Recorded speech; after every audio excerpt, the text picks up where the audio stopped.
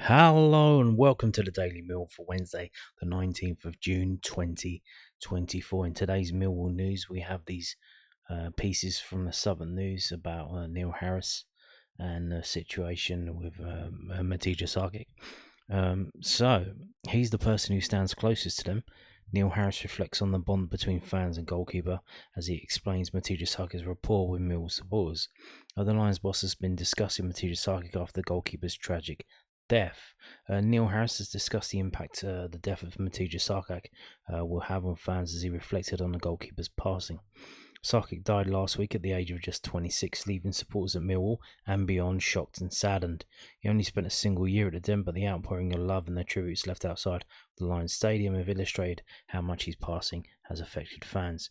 Harris believes the close proximity of a goalkeeper to die-hard fans in the stands allows the bonds between them to grow quicker. Speaking at a press conference earlier today, the Lions boss said, when I came back on February the 22nd, only Ipswich rivaled us for success in the league over the last 13 games, and we did it through various forms on the pitch, but off the pitch we did it with camaraderie, banter, hard work, and that was driven a lot by the goalkeeping department and the reliability of the goalkeeper. In the morning, Sarkic was one of the first players in with a beaming smile on his face and a radiance about him, and a presence at 6'4", 6'5" in the training ground, and reliable for me. We'll miss his presence. He was a huge part in what we've achieved. But that's for us internally, me and the players and the immediate football staff to appreciate and understand, but also for the fan base. Matty was only with the football club for a season, but you have to understand in football that the Coldblow Lane in particular and the away fans in particular that travel to every game, they will build a rapport with the goalkeeper more than anybody else in a short space of time because he's the one that's closest to them, which can be a negative when you're in the firing line, but it also can be a real positive one if you take the real praise. During my tenure, Matty took huge praise for his performances and his reliability and his body language and everything about him, and that's what's been hard hitting for the fans in this, and he's the person who stands closest to them. Mill's players return to pre-season training next week and face their first friendly against Gillingham in less than a month's time.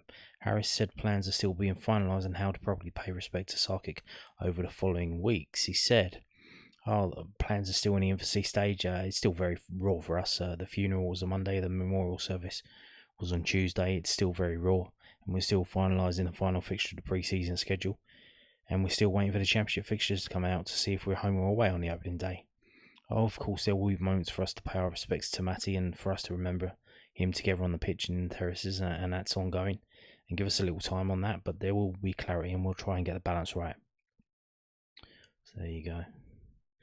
And we have one more. I think it's taken from the same press conference. This is also from the southernnews.co.uk.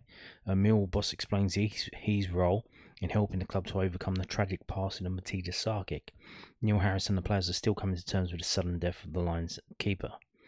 Neil Harris said he will support Mill's players however he can as they come to terms with the loss of their teammate Matija Sarkic. The goalkeeper passed away last week at the age of just 26, leaving the Lions in mourning after such a sudden loss. Mill head coach Harris said he will, and the club said he and the club will guide the players however needed ahead of their return to training next week, Wednesday. Asked about the dressing room at a press conference earlier today, he said, at the moment, we can deal with it the best we can from afar. I've seen some players in person. I've spoken to some of the players on the telephone. The players are fully aware of where I am and the football club is if they need us. There's been a lot of communication between the players themselves, which is understandable and positive for me that they're together in that. And we're back in the training ground next Wednesday, June the 26th, and that's obviously an important moment for us, a difficult moment for us, but an important moment for us. I'll try and find the right words for the right group. The players will try to find the right level of respect that needs to portray the moment. What we also know was Matty Sarkic was an unbelievably driven professional athlete that wanted to succeed and that will drive us forward as a group from day one, because ultimately that's what he would want us to do. So it's about finding the balance between being hugely respectful but also continuing with the start of pre-season. Sarkic's passing comes less than a year since the death of Chairman John Berylson last July. Harris reflected on a difficult year for Mill and the strength needed to overcome tragedy. He said, this football club has had a lot to deal with over the years, and in many ways it's been fortunate to be part of Mill's difficult moments as a manager, head coach and a player. And the club's always grown stronger coming out the other side, and we have to do the same again now. It's been a bizarre 12 months for the football club, even going back to that Blackburn game at the end of the previous season and losing John, having 3 head coaches in one season and losing our number 1 goalkeeper. It's a difficult period. The football club has been built on strength and aggression over the years, but also love, camaraderie and togetherness, and a strength of character and looking after their own. The fans use the phrase "once a lion, always a lion," and that has to be the case now. And that's what I've been installing in the players in the last 10 weeks of the season. That has to be us moving forward, because that's our football club and that's our biggest strength. And this is a real moment of despair and a heartbreaking time, but we have to be together with this and we have to move forward. So there you go. So next week, training, they're back in for training. There has been another change behind the scenes. This is from Bristol. This is from bcfc.co.uk, Bristol City's website. They have appointed a guy as their new head of medical who has just left Millwall. So Paul Tannenwall joined City as the club's new head of medical from Millwall with 15 years of experience in professional sport. Most recently spending 7 years at Millwall as head of medical services. Tanner started his physiotherapy career at Gloucester Rugby in 2008, returns to the West Country spells with Wasps Rugby and Norwich City. So there you go. So again, more things happening behind the scenes now. He was from out that way, Gloucester way, and then he's presumably moved down towards London, and maybe he's just decided to go back. Maybe doesn't seem to be anything major in it, I don't think. But more changes behind the scenes. Obviously, I don't know if this is related. Lawrence Bloom came in the other week. I think he's doing the same job. I'm not sure. So there you go. Moving on to this, another player linked. This is from Kent Online via MSN. Dom Jeffries. So Gillingham manager Mark Bonner, latest on out-of-contract midfielder who's been linked with Millwall. He hasn't signed yet.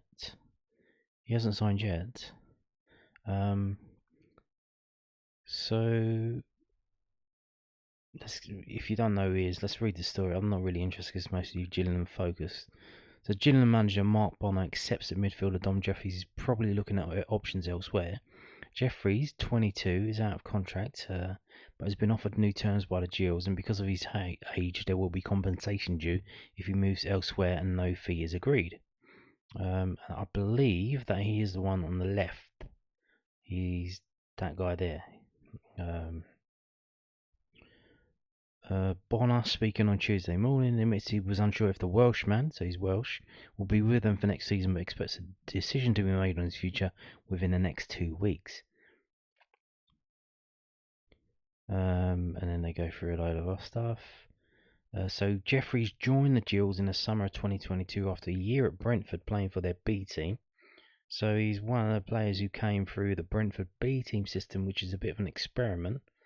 They've zigged when everyone's zagged. Everyone's doing the old under 21s and under 18s in their youth system. But Brentford have opted for a B teams. And I don't think they play in a league. They just play random friendlies here and there. No, I think they do play. It might be the London Senior Cup, or it might be the Middlesex Cup. They do play in one of those cups. Injuries disrupted his progress last season, missing 2.5 months towards the end of the campaign. He finished with another 27 appearances, taking his Gills total to 71. So interesting there. Interesting that he was injured for 2. So was he really injured? Was he swinging the lead? Did he know in January? Because obviously, if you don't know, when your contracts, if you've got less than 6 months on your contract, you can start talking to other teams about a new one when your current one runs out. And I believe that's in like January for most players. So did he know he was leaving in January? And he's decided to pretend to be injured for 2.5 months. Because if you were injured and you think you didn't decide, well, I'm gonna go to the market and try and get a better offer, that's going to be a bit risky for you if you are genuinely injured, depending on what the injury is. Because what if you fail the medical and then you go back to the club and then what? Do they still honour the offer that they made you, or do they tell you to stick it? But then if they tell you to stick it, then you can leave on a free, because then they've pulled the contract offer away from you. So they haven't offered you a new contract, which means you can leave without compensation. So here's the bit. So there have been reports that his former boss, Neil Harris, could be looking to take him to Millwall this summer. So there you go. So he's a League 2 midfielder. Seems to be a decent League 2 midfielder. That's a big old jump from League 2 to the Championship, but he's only 22. Now, not going to go through this. So, Peter signed Rochdale defender Nevitt. If you've been watching the videos of the channel, George Nevitt, you may have heard that name. We were linked with him. I'm going to bring it up. Here is the spreadsheet. We're keeping a track of all these. Not any retard on Twitter or X can make a post saying, oh, this, that, and the other. But from blogs and news sources, if they say, oh, this player is linked with Millwall, I've been keeping a track of it. And so far as I can tell, the only player who's actually moved, George Nevitt. He was a Rochdale player, HITC, said that we were linked to him. He's actually ended up signing for Peterborough United on a 4-year deal. So there you go. That was rubbish because it didn't happen.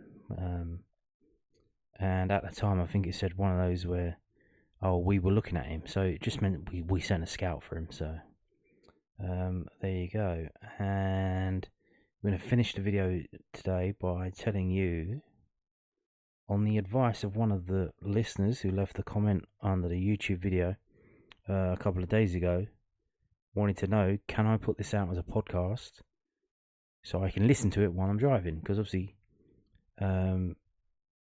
if you've got your phone on or your iPad on or in the windscreen, and then you've seen them, that these people in Lycra come past, cycling Mickey or Jeremy Vine, the bike N-word. They take a picture of you and say, hey, you're using your phone. Then they send that to the police and you get in trouble. So with Spotify, now this is a video, it's uploading as a video, but what Spotify do that YouTube don't is you can minimize the picture and the sound will still play in the background. You don't need to watch it. You don't need to have your screen on to listen to the words that I am currently speaking right now. So, yeah. There you go. It's on Spotify. It's also available on BitChute, but I'm manually uploading on Spotify and YouTube. I'm not manually uploading on BitChute. It's an automatic thing that I set up ages ago. When they age restricted one of my videos because I was mentioning the COVID restrictions and got a bit out of hand. So it's on BitChute, but that's on delay because it's an automatic process and I don't do it automatically. And I'm not looking at the comments on BitChute. So if you leave a comment on the video, I'm probably not going to see it for about months. So yeah, YouTube, Spotify, if you want to listen to it, there you go. And on that note, thank you for watching and goodbye.